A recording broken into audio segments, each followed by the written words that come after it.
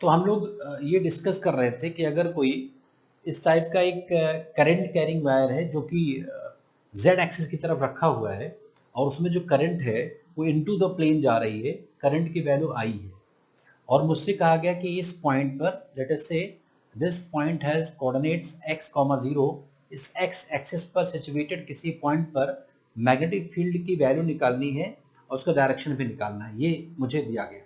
तो इसमें करना क्या है, देखो कि भाई ये जो पॉइंट है इस वायर से कितनी डिस्टेंस पर है, x डिस्टेंस पर है।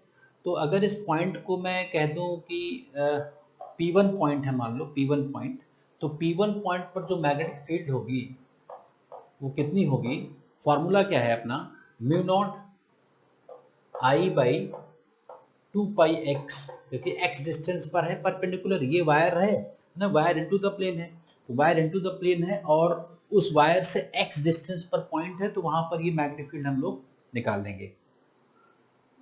अब डायरेक्शन क्या होगी, मैंने आपको बताया है कि डायरेक्शन निकालने के लिए क्या करते हैं कि राइट हैंड के फिंगर्स को, ये जो थंब है ना, थंब को हम पहले करंट की तरफ प्लेस करते हैं और राइट हैंड के फिंगर्स को उस करंट कैरिंग वायर के चारों तरफ घुमाते हैं। तो अगर यहाँ पर कोई करंट कैरिंग वायर है तो अगर थंब को मैं प्लेस कर दूं और मैं अपने राइट हैंड के फिंगर्स को घुमाऊं तो वो क्लॉकवाइज घूमेंगे, देखो क्लॉकवाइज घूमेंगे, ऐसे क्लॉकवाइज घूमेंगी।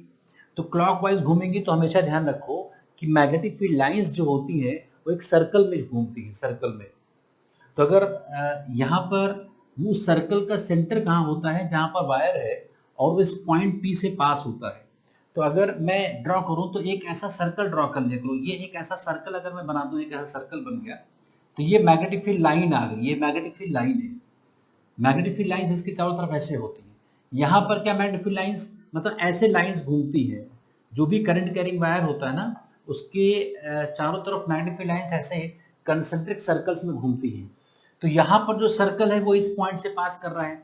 अगर इस पॉइंट पर, अगर इस वाले पॉइंट पर मुझसे पूछा जाता कि कितनी लाइंस कौन सी, तो ये वाली लाइन होती। इस पॉइंट पर पूछा जाता तो लाइन होगी। अब ये जो लाइन है ये क्लॉकवाइज घूमे कि एंटी क्लॉकवाइज, उसके लिए राइट हैंड की फिंगर्स को देखो, हमने करंट की तरफ अपने थंब को रखा राइट हैंड के, तो अगर फिंगर्स को मैं घुमाऊंगा, कर्ल करूंगा, एक मुट्ठी अगर बनाना है तो अगर कर्ल करूंगा तो वो क्लॉकवाइज घूम रही है, तो ये सारी लाइंस क्लॉकवाइज घूमेगी, क्लॉकवाइज क्लॉकवाइज।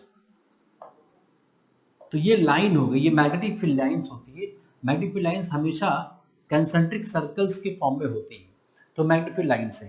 तो यहाँ पर जो लाइन आ गई P1 पॉइंट पर, उस लाइन का डायरेक्शन क्या हो गया, उस लाइन का डायरेक्शन नीचे की तरफ, इस पे टेंजेंट जो होगा, ये तो लाइन है ना, ये मैग्नेटिक फील्ड लाइन है और मैग्नेटिक फील्ड किधर होगी, इस पे टेंजेंट बनाओ, टेंजेंट। तो जो टेंजेंट होता है ये मैग्नेटिक फील्ड है, ये मैग्नेटिक फील्ड है, ये B at P1 है, ये B P1 है। तो अगर कोई पूछे कि भाई P1 पॉइंट पर मैग्नेटिक फील्ड का डायरेक्शन क्या है, तो वो अलोंग नेगेटिव y एक्सिस है, और अलोंग नेगेटिव y एक्सिस कहो या -j कैप कह दो यूनिट वेक्टर्स के टर्म्स में। तो यहाँ पर जो मैग्नेटिक फील्ड निकल के आई, यहाँ पर हम यहाँ पर -j कैप अगर लिख ले तो -j कैप का मतलब हुआ कि अलोंग माइनस क्या, अलोंग नेगेटिव y एक्सिस, ऐसा हमने कह दिया। यहाँ तक क्लियर है? तो ये पॉइंट हम लोगों ने लिख दिया कि भाई ये होगा डायरेक्शन। ऐसे ही अगर मुझसे कहा जाए कि इसके y एक्सिस पर कोई पॉइंट है और वहां पर हमें निकालने को बोला जाए, मान लो y एक्सिस पर कोई पॉइंट है, यहाँ पर है, तो इस पॉइंट का कोऑर्डिनेट मैंने कह दिया 0, y होगा। ये मान लो P2 पॉइंट है, P2। तो यहाँ पर मैग्नेटिक फील्ड लाइन तो ये हो गई, और मैग्नेटिक फील्ड क्या होती है, टेंजेंट की तरफ। तो टेंजेंट ड्रॉ कर दो तो ये मैग्नेटिक फील्ड हो गई B at P2। तो B at P2 क्या हो जाएगा भाई, ये पॉइंट इस वायर से कितनी दूर है, y डिस्टेंस पर है, तो mu naught I by 2πy किधर डायरेक्शन क्या है, इसकी direction along positive x axis है, और अलोंग पॉजिटिव x एक्सिस को I कैप कहते हैं। तो ये बात क्लियर, कहीं भी निकालना, यहां पर निकालना होगा तो इधर आ जाएगा, यहां पर निकालना होगा तो इधर हो जाएगा, यहां पर कहीं निकालना होगा तो टेंजेंट की तरफ हो जाएगा। ये जो मैं टेंजेंट्स बना रहा हूं, ये टेंजेंट्स मैग्नेटिक फील्ड की डायरेक्शन है।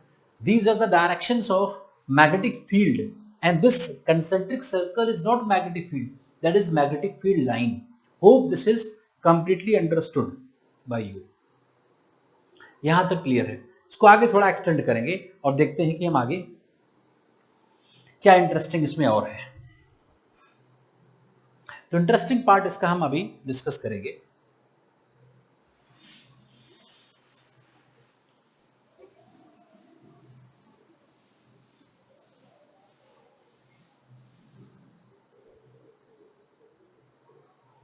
तो इंटरेस्टिंग पार्ट क्या है, उसी का एक्सटेंशन है, समझना है।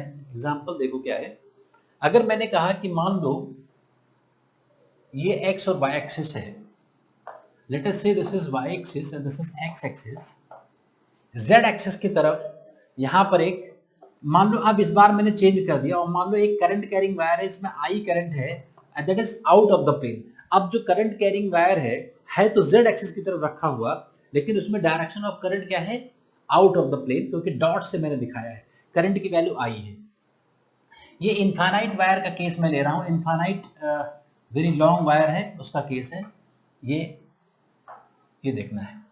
मुझसे कहा गया कि भाई इस पॉइंट पर, एक पॉइंट यहां पर है, एक्स वाई प्लेन में है, इस पॉइंट पर एक्स कॉमा वाई इसके कोऑर्डिनेट्स हैं, इस पॉइंट पर मैग्नेटिक फील्ड निकालो। मान लो एक पी पॉइंट है, so question is find magnetic field at point P, find magnetic field at point P in vector form, direction भी मुझे बताना है, दिस इज द क्वेश्चन।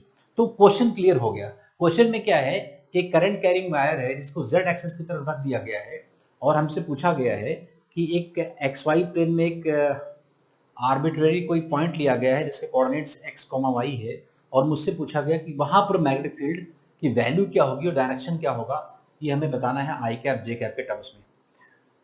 तो सुन लो ध्यान से बच्चों, क्या करना है, मेथड ये है कि जब भी इनफाइनाइट स्ट्रेट वायर की वजह से किसी पॉइंट पर मैग्नेटिक फील्ड कैलकुलेट करनी हो, तो जिस पॉइंट पर मैग्नेटिक फील्ड कैलकुलेट करनी है उस पॉइंट से पास करता हुआ एक सर्कल ड्रॉ कर लो जिसका सेंटर करंट कैरिंग वायर हो। तो मतलब क्लियर है कि यहां पर करंट कैरिंग वायर ऑरिजिन पर रखा हुआ है, तो ऑरिजिन को सेंटर मानते हुए और एक सर्कल हमें ड्रॉ करना है जो इस पी पॉइंट से पास हो। मैं वो करने जा रहा हूं। तो मैं ड्रॉ कर दिया भाई, तो मैंने इस पी पॉइंट से पास करता हुआ एक सर्कल ड्रॉ कर दिया, एक सर्कल ड्रॉ कर दिया, ये सर्कल ड्रॉ कर दिया, पी पॉइंट से पास होता हुआ एक सर्कल मैं ड्रॉ कर दिया, ये सर्कल ड्रॉ इस पी पॉइंट से। अब ये क्या है, ये मैग्नेटिक फील्ड लाइन है, ये मैग्नेटिक फील्ड नहीं है। अब पी पॉइंट पर मुझे मैग्नेटिक फील्ड निकालनी है ना, तो मैग्नेटिक फील्ड निकालने के लिए हम टेंजेंट ड्रॉ करेंगे। तो पी पॉइंट पे टेंजेंट एक हो सकता है इधर, एक इधर टेंजेंट हो सकता है और एक इधर टेंजेंट हो सकता है, दो टेंजेंट्स हो सकते हैं। तो कौन सा टेंजेंट होगा उसको जानने के लिए क्या करना है, राइट हैंड की फिंगर्स को कर्ल करना है।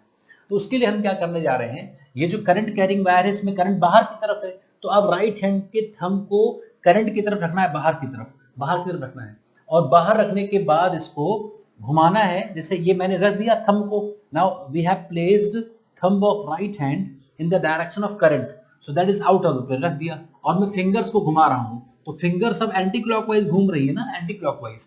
तो ये जो मैग्नेटिक फील्ड लाइन होगी अब इस केस में एंटी क्लॉकवाइज होगी, जैसे इस वाले करंट में क्लॉकवाइज थी, इसमें एंटी क्लॉकवाइज होगी। तो ये वाला नहीं होगा, ये एक्सेप्टेड है, ये मैग्नेटिक फील्ड का डायरेक्शन होगा। ये बात क्लियर हो गई होगी बच्चों, बिल्कुल क्लियर है, इसमें कोई कंफ्यूजन नहीं होना चाहिए, इसको मैंने हटा दिया। And this is the direction of magnetic field. अब इसकी मुझे वैल्यू निकालनी है और वैल्यू निकालने के बाद इसका डायरेक्शन लिखना है। ये थोड़ा सा बहुत सावधान रहना है क्योंकि थोड़ी सी गंभीर बात है, तो डरना नहीं है और समझना है इसको। तो ये पी पॉइंट कितने डिस्टेंस पर है देखते हैं। तो x कॉमा वाई कोऑर्डिनेट का मतलब ये होता है कि ये जो पॉइंट है ये उसका जो x कोऑर्डिनेट है वो x है, मतलब ये डिस्टेंस x है और ये डिस्टेंस y है। कोऑर्डिनेट का मतलब ये होता है कि ऑरिजिन से कितना ऊपर है वो उसको y कहते हैं, ऑरिजिन से कितना राइट है इसको x कहते हैं। तो x कॉमा वाई हो गया, तो कितने डिस्टेंस पर ही तो निकल आया ना, पाइथागोरस थ्योरम से आ जाएगा, कितना आ जाएगा r under root x square plus Y square. तो जो मैग्नेटिक फील्ड B है ना, B की वैल्यू मैं लिखने जा रहा हूं। B की वैल्यू क्या होगी, फॉर्मूला क्या होता है, mu naught into current by 2 pi into distance. Distance कितना है उस पी पॉइंट का, under root x square plus Y square. ये मैग्नेटिक फील्ड की वैल्यू आ गई, इसमें कोई डाउट नहीं होना चाहिए, मैग्नेटिक फील्ड की वैल्यू हमने लिख दिया। डिस्टेंस इस बार ये है, इसमें hope this is completely understood, इसमें कोई प्रॉब्लम की बात नहीं है। डायरेक्शन क्या होगा, बी का डायरेक्शन क्या है, ना तो ये जे कैप की तरफ है ना माइनस आई कैप की तरफ है, मतलब एग्जैक्टली ना तो ये एक्स की तरफ है ना तो वाई की तरफ है। ये जो बी है ना ये कुछ कुछ वाई की तरफ है और कुछ कुछ एक्स की तरफ है, इजंट इट। तो इसमें क्या काम करना होता है, जब भी ऐसा कोई वेक्टर हो तो उसको रिजॉल्व कर लेते हैं हम लोग, कुछ एक्स की तरफ और कुछ वाई की तरफ है, तो हम ये काम करेंगे कि इसका एक कंपोनेंट यहाँ होगा और एक कंपोनेंट वाई होगा। इसमें कोई डाउट तो नहीं, अगर डाउट हो तो बताना भी। ये बी वाई है, ये बी एक्स है ना। तो जो मैग्नेटिक फील्ड है बी, ये जो बी वेक्टर है ना, इसको अगर हम लिखें तो क्या लिखेंगे भाई, ये जो एक्स कंपोनेंट है, एक्स नेगेटिव एक्स की तरफ है, तो बी का जो एक्स कंपोनेंट है किधर है, नेगेटिव एक्स, तो माइनस आई कैप, नेगेटिव एक्स का मतलब माइनस आई कैप, प्लस इसका जो वाई कंपोनेंट है वो जे कैप की तरफ है तो जे कैप हो गई। अब मुझे बी एक्स और बी वाई निकालना है बस। तो मैंने ये मान लिया, ये एंगल मान लो थीटा है, मैंने मान लिया, तो ये एंगल में थीटा होगा भाई, ऑल्टरनेट एंगल, और ये टेंजेंट ये नॉर्मल है तो ये 90 मान थीटा होगा, और ये फिर 90 है तो ये थीटा हो जाएगा, तो ये थीटा हो गया। तो आपको ये पता होना चाहिए, जो बच्चे नहीं जानते हैं उनके लिए मैं बता दूं, अगर मान लो कोई भी वेक्टर है, मान लो यहाँ पर कोई वेक्टर है, ऐसा कोई वेक्टर है, उसको हमें रिजॉल्व करना है ना, और ये ऐसे मैंने ये एंगल अगर थीटा है तो ये जो वेक्टर है जैसे बी है मान लो, तो इसका जो थीटा के साइड में कंपोनेंट होता है बी कॉस थीटा होता है, तो ये बी कॉस थीटा होगा और ये बी साइन थीटा होगा। ये 11th क्लास की बात है, अगर इसमें किसी को डाउट होगा तो मुझे अभी क्लास के बाद फोन करेगा, तो मैं उसको समझा दूंगा कि ये कैसे होता है, रिजॉल्व कैसे करते हैं। तो हम लोगों ने क्या किया भाई, हम लोगों ने बी एक्स और बी वाई की वैल्यूज को लिख लिया, बस क्वेश्चन हो गया। तो अपने पास क्या है, अपने पास अब बी का मैग्नीट्यूड है ना, बी की वैल्यू भी है और बी का डायरेक्शन भी है। तो देखो यहां पर मैं लिखने जा रहा हूं इसको, इस बात को लिखने जा रहा हूं, तो बी एक्स मतलब ये वाला कंपोनेंट, तो ये बी है, बी का थीटा के साइड में जो कंपोनेंट होगा वो बी कॉस थीटा होता है, और जो दूसरा कंपोनेंट होता है वो बी साइन थीटा होता है, मैंने अभी बताया है।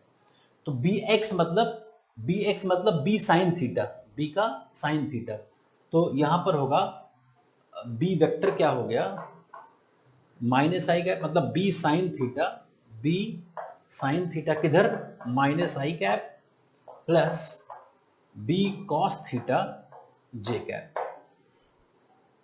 बस वैल्यूज को प्लेस कर दो, हो जाएगा।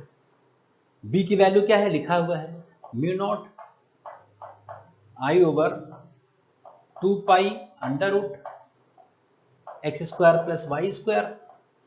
और साइन थीटा क्या होता है, जब ट्रायंगल आई है, ट्रायंगल में बेसिक ज्योमेट्री तो सबको पता होगा, साइन थीटा क्या होता है, परपेंडिकुलर बाई हाइपोटेन्यूज, तो परपेंडिकुलर कितना है वाई बाई आर, तो into Y by R, R क्या है under root x square plus Y square, किधर माइनस आई कैप, है ना। ऐसे ही बी इसमें कॉमन आ गया, मान लो बी यहाँ कॉमन आ गया, दोनों में बी है तो साइन थीटा यहाँ रख दिया, और प्लस बी कॉस थीटा, तो कॉस थीटा क्या होगा ट्रायंगल में, बेस बाई हाइपोटेन्यूज, तो बेस कितना है एक्स और हाइपोटेन्यूज कितना है under root x square plus Y square j cap.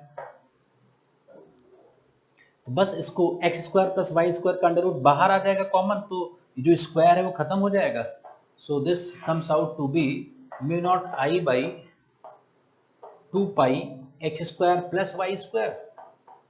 भाई ये स्क्वायर स्क्वायर मिलकर के खत्म हो गया, होल स्क्वायर, अंदर क्या बचा ब्रैकेट, माइनस वाई आई कैप प्लस एक्स जे कैप। ये उस पी पॉइंट पर मैग्नेटिक फील्ड की वैल्यू डायरेक्शन आ गया, ये हमारा आंसर हो गया। इसमें कोई डाउट हो तो पूछो, एनी डाउट। फिर से मैं आपको समझा दूं, देखो ये बार बार देखोगे तभी समझ में आएगा, अगर एक बार में नहीं आपको समझ में आता है तो वीडियो को दोबारा देखना, तो बिल्कुल क्लियर हो जाएगा। भाई जिस पॉइंट पर सबसे आसान बात क्या है कि जब भी आपको किसी straight infinite current carrying wire की मैग्नेटिक फील्ड निकालना हो, तो जिस पॉइंट पर निकालना है उससे पास होता हुआ एक सर्कल ड्रॉ करना है। उस सर्कल का सेंटर कहाँ होगा? जहां पर करंट कैरिंग वायर प्लेस्ड है वो सेंटर होगा, और जो पॉइंट से पास होना है वो सर्कल वहां से पास करेगा। तो पहले एक सर्कल ड्रॉ कर लिया करो। सर्कल ड्रॉ हो गया। अब सर्कल ड्रॉ करने के बाद जिस पॉइंट पर तुम्हें मैग्नेटिक फील्ड निकालनी हो वहां पर टेंजेंट ड्रॉ कर दिया करो। अब टेंजेंट में कंफ्यूजन होगा कि इधर की तरफ कि इधर की तरफ, तो उसके लिए आपको ये देखना है कि जो करंट कैरिंग वायर है उसमें करंट की डायरेक्शन की तरफ राइट हैंड के फिंगर थंब को रखना है, और थंब को रखने के बाद फिंगर्स को घुमा करके इकट्ठा करना है, कर्ल करना है, कर्ल। तो कर्ल अगर करोगे तो इसमें क्या होगा कि ये पता चल जाएगा कि ये किधर की तरफ घूम रही है। तो जैसे इसमें थंब बाहर की तरफ है, मैंने घुमाया ऐसे, तो ये एंटी क्लॉकवाइज घूम रही है। तो ये पी पॉइंट पर हमें पता चल गया कि ये वाला टेंजेंट होगा, तो हमारे पास मैग्नेटिक फील्ड का डायरेक्शन ये हो गया।